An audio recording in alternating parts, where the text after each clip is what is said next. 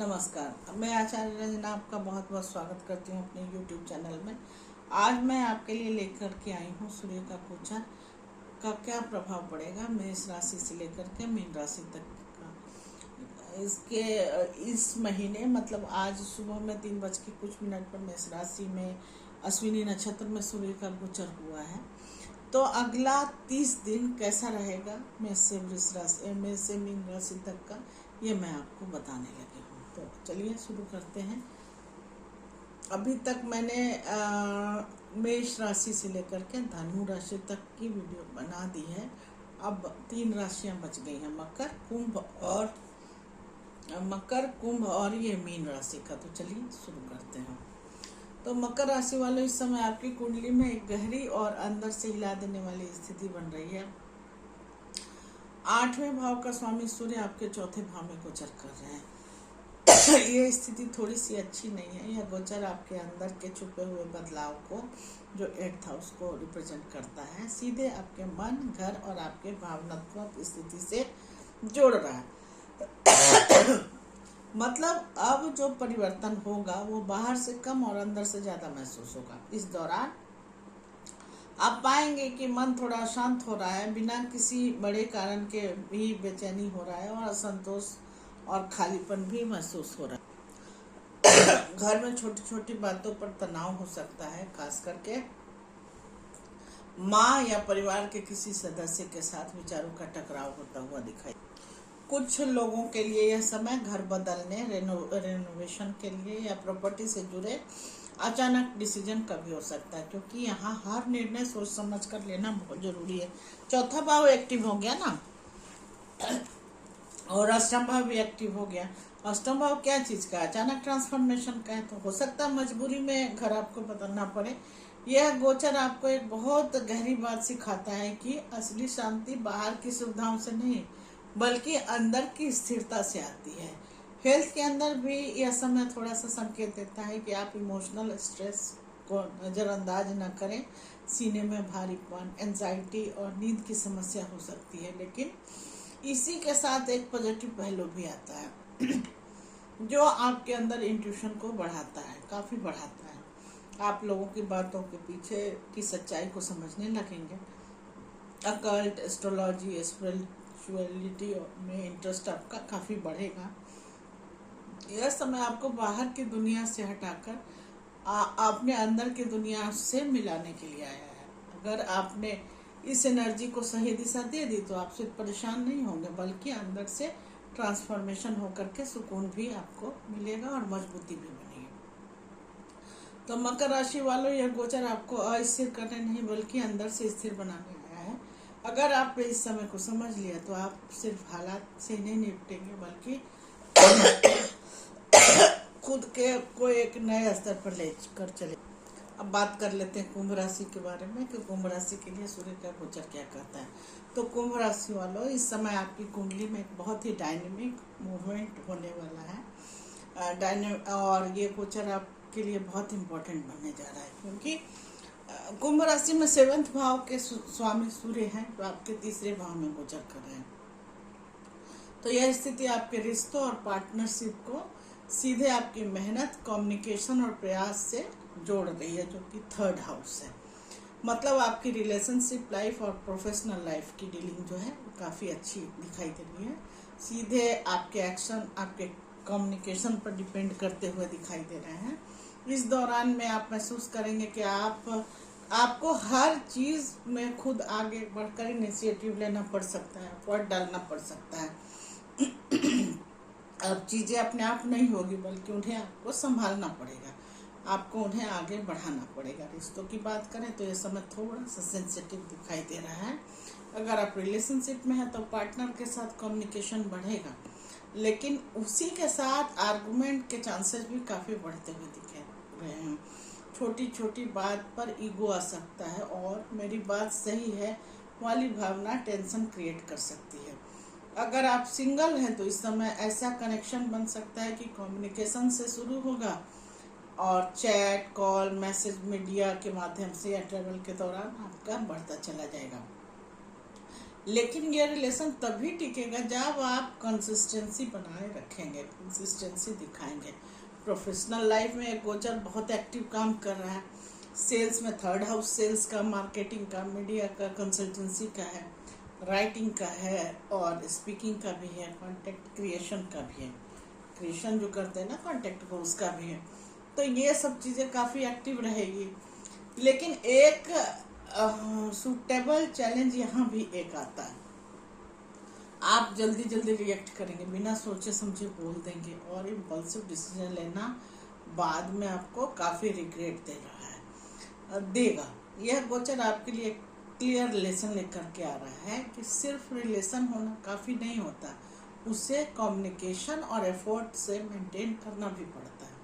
अगर आपने इस समय अपने कम्युनिकेशन को सही डायरेक्शन दी तो वही आपकी सबसे बड़ी स्ट्रेंथ बन जाएगी।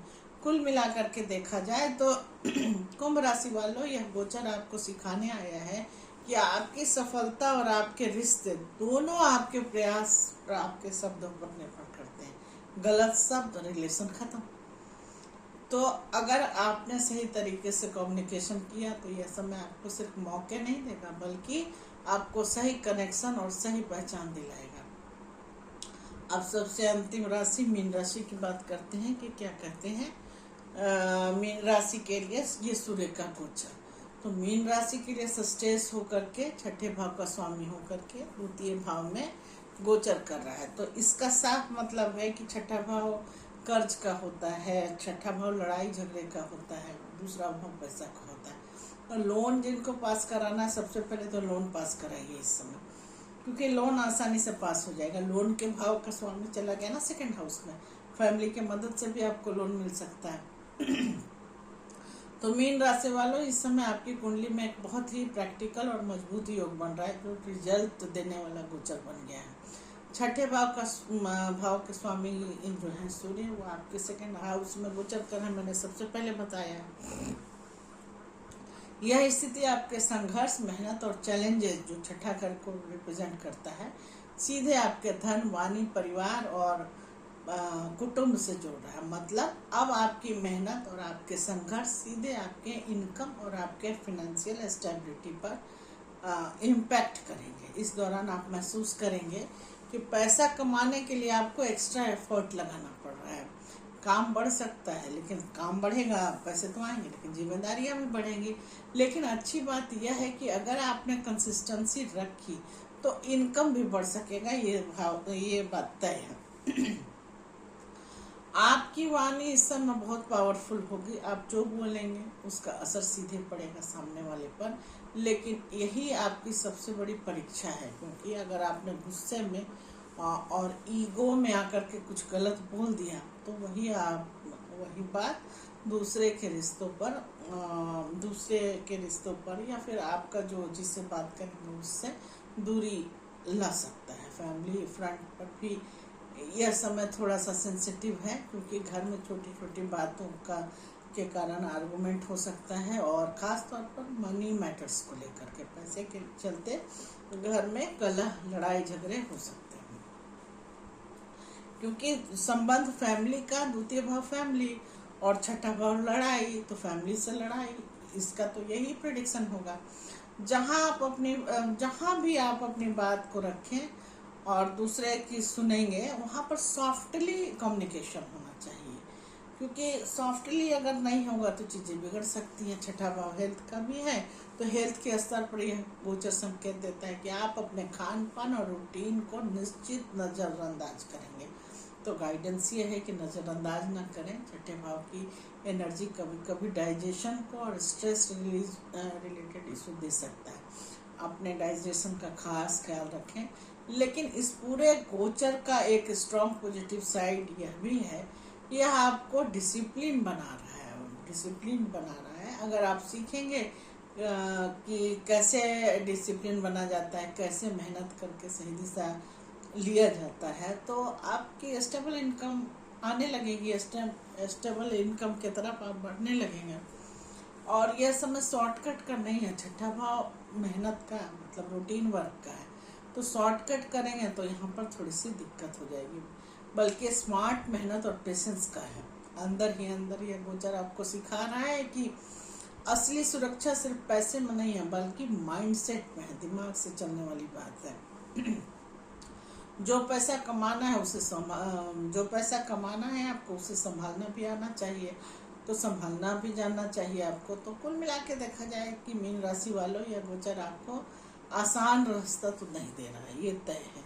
लेकिन अगर आपने मेहनत और वाणी को थोड़ा सा सही दिशा में दी, अपने वाणी को थोड़ा कंट्रोल कर लिया, तो यह समय आपको सिर्फ इनकम ही नहीं देगा, बल्कि फिनेंशियल स्टेबिलिटी और कंट्रोल भी दे सकता है। अब 12 राशियों का मैंने पूरा कर दिया है, मेष से लेकर के मीन तक।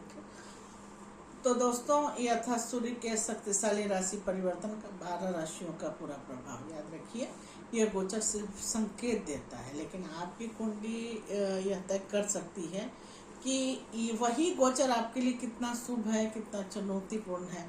क्योंकि इंडिविजुअल चार्ट में देख नहीं रही हूँ, इसलिए अगर आप सच में जानना चाहते हैं कि आपकी लाइफ में क्या एग्जैक्ट होने वाला है, कौन सा ग्रह एक्टिवेट हो रहा है और आपको क्या करना चाहिए, तो आप मुझसे पर्सनल कंसल्टेशन ले सकते हैं।